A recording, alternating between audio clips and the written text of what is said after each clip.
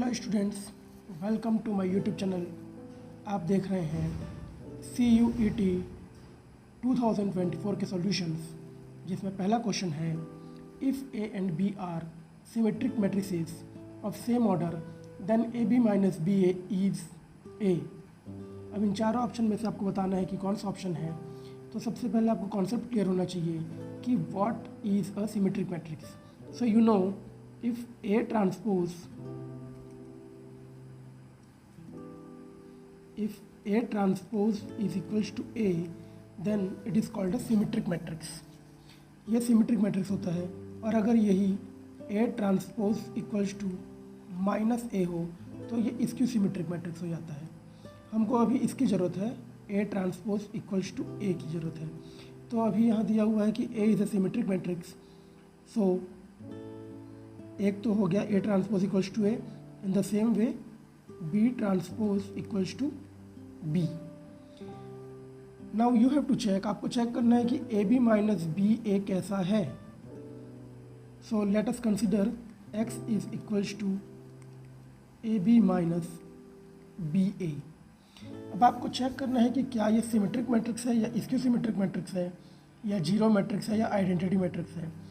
तो इसके लिए हम लोग सबसे पहले क्या करते हैं, इसका ट्रांसपोज ले लेंगे, X ट्रांसपोज।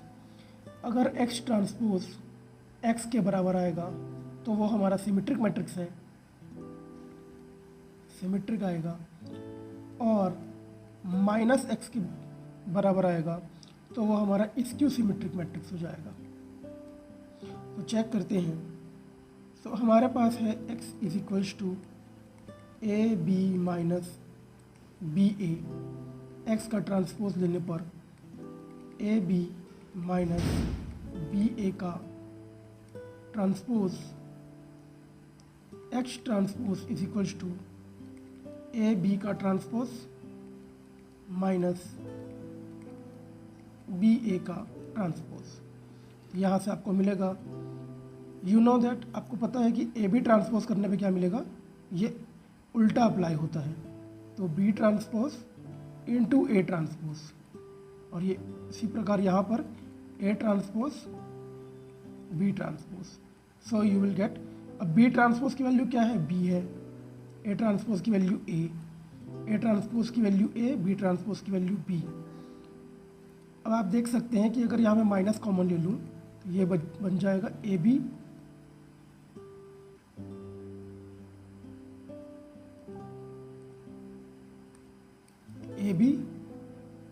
Minus BA।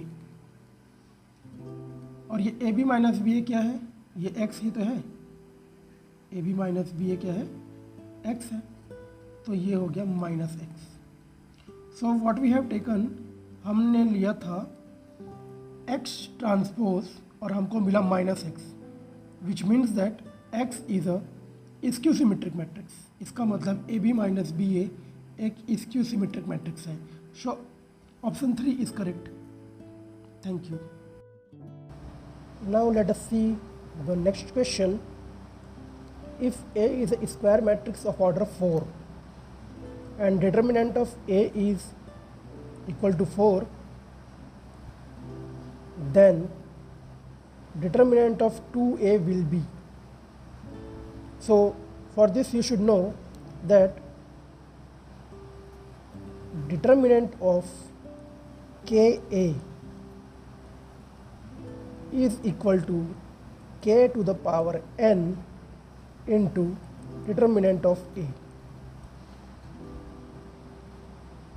सो यहाँ से क्या मिलेगा हमको, डिटर्मिनेंट ऑफ 2A के बारे में पूछ रहा है। अब यहाँ k का पावर n लेना है, तो यहाँ पे 2 का पावर n, और n क्या है, order 4। Order 4 determinant of A, उसकी वैल्यू कितनी है, 4 है। तो यहाँ लिखेंगे 4। So this is nothing but 16 into 4, that will give you 64। So option 2 is correct।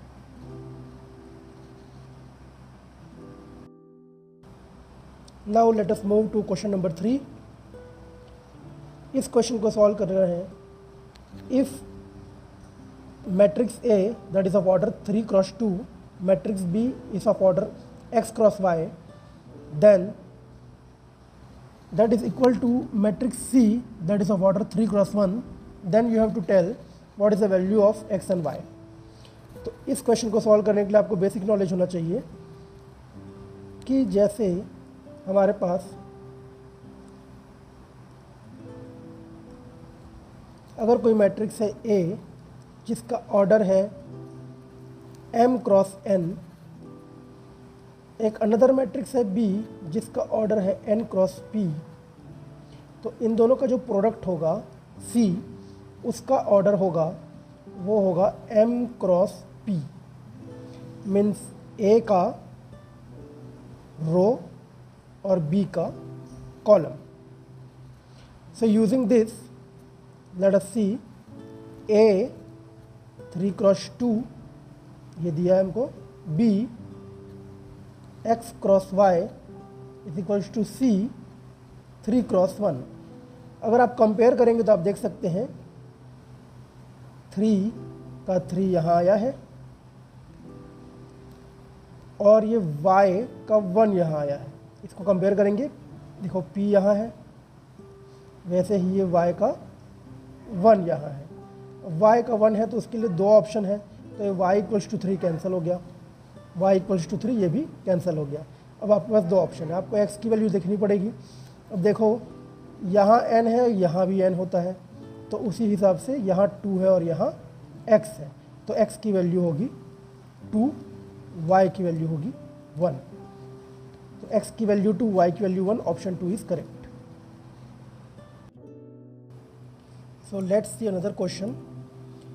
If a function f(x) is equals to x square plus bx plus 1 is increasing in the interval 1 to, then the least value of b is।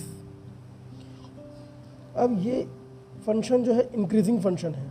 Increasing function कैसे पता चलता है हमको, जब हम लोग इसका derivative निकालते हैं f dash x that should be greater than और इक्वल टू 0। तो इस फंक्शन का अगर डेरिवेटिव निकालते हैं तो हमारे पास आएगा x स्क्वायर का हो जाएगा 2x प्लस b, 1 का डिफरेंशिएशन हो जाएगा 0 that is greater than 0. So you will have 2x plus b is greater than equal to 0. At x equal to 1 what you will get, क्या मिलेगा, 2 into 1 plus b is greater than equal to 0. So this will be 2 plus b is greater than equal to 0. b will be greater than equal to -2. और अगर x की value 2 रख कर देखते हैं तो 2 into 2 plus b is greater than equal to 0, 4 plus b is greater than equal to 0 and here b is greater than -4। हम लोगों को पूछ रहा है कि लिस्ट वैल्यू क्या होगी b की, लिस्ट वैल्यू, लेकिन वो लिस्ट वैल्यू ऐसी होनी चाहिए जिसके लिए फंक्शन इंक्रीजिंग रहे, फंक्शन इंक्रीजिंग रहे, ये हमको ध्यान देना है।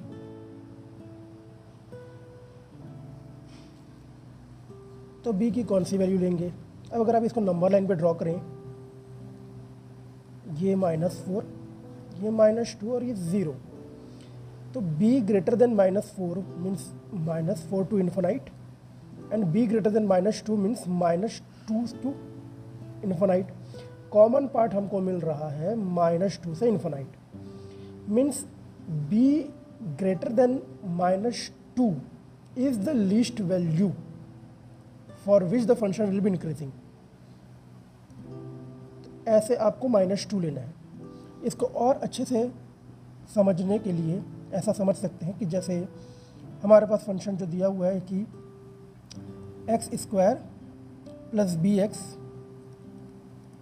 प्लस 1, अगर हम b की जगह -2 रखते हैं तो ये होगा x स्क्वायर -2x प्लस 1।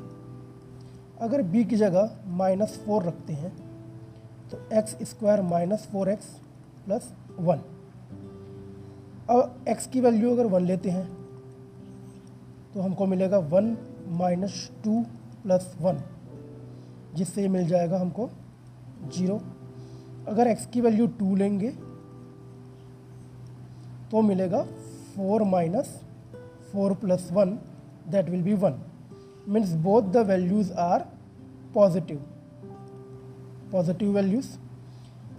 यहाँ अगर x की वैल्यू 1 रखेंगे, अब यहाँ x इक्वल टू 1 रखेंगे तो 1 minus 4 plus 1 that will give you -2, और x इक्वल टू 2 रखेंगे तो 4 माइनस 8 प्लस 1 यहाँ से मिलेगा -3। तो देख सकते हैं कि जब b इक्वल्स टू -2 था तो 0 और 1 आया, मतलब इंक्रीज़ हो रही वैल्यू, और जब यहाँ b इक्वल्स टू -4 है तो -2 और -3 डिक्रीज़ हो रही है वैल्यू, तो इसीलिए b इक्वल्स टू -2 ही हमारा आंसर होगा। Late us see the next question. 2 dice are thrown simultaneously. If x denotes the number of fours, then the expectation of x will be। तो यहाँ एक्सपेक्टेशन का फॉर्मूला सबसे पहले आपको पता होना चाहिए। EX that is expectation is summation of x into PX। अब यहाँ हमको बोला है कि x क्या है, x denotes the number of force. जब 2 डाइस को फेंक रहे हैं तो नंबर ऑफ फोर्स, तो इसके 3 केस बन सकते हैं कि एक भी 4 ना आए, जब दोनों डाइस को फेंकेंगे तो एक भी 4 ना आए, या दोनों में से किसी एक में 4 आ जाए, या दोनों के दोनों में ही 4 आ जाए, तो x इक्वल टू 2। अब हमारी प्रोबेबिलिटी जब दोनों में 4 नहीं आता है, जब दोनों में ही 4 नहीं आता है तो बाकी के 5 नंबर्स आ सकते हैं, जैसे 1 2 3 5 और 6। तो 5/6 इंटू 5/6 आपको मिलेगा 25/36। 2 डाइज हैं इसलिए एक 5/6 और एक और 5/6। अब अगर दोनों में से किसी एक में 4 आता है, मानते हैं कि पहले डाइस में अगर 4 आ गया तो 4 आने की प्रोबेबिलिटी 1/6, और बाकी 5 अन्य नंबर आएंगे 5/6। ऐसा ही दूसरे डाइस में 5/6 इंटू 1/6, तो आपको मिलेगा 5/36 प्लस 5/36 दैट विल बी 10/36। अब अगर दोनों में अगर 4 आया तो 1/6 और 1/6 दैट विल बी 1/36। अब आपको इन सभी वैल्यू को इस फॉर्मूले में पुट करना है। ये summation of x when x is equals to 0, so this will be 0 into p when x equal to 0 plus 1 when p x equal to 1 plus 2 p when x equal to 2. So what you will get, 0 into 25/36, 1 into 10/36 and 2 into 1/36. So you will get 0 plus 10/36 plus 2/36. That will be 12/36, and when you will cancel it out, you will get 12 1 ja and 12 3 ja, that is 1/3. So your answer will be 1/3. Thank you. आगे के question हम next video में देखेंगे। For more updates subscribe the channel.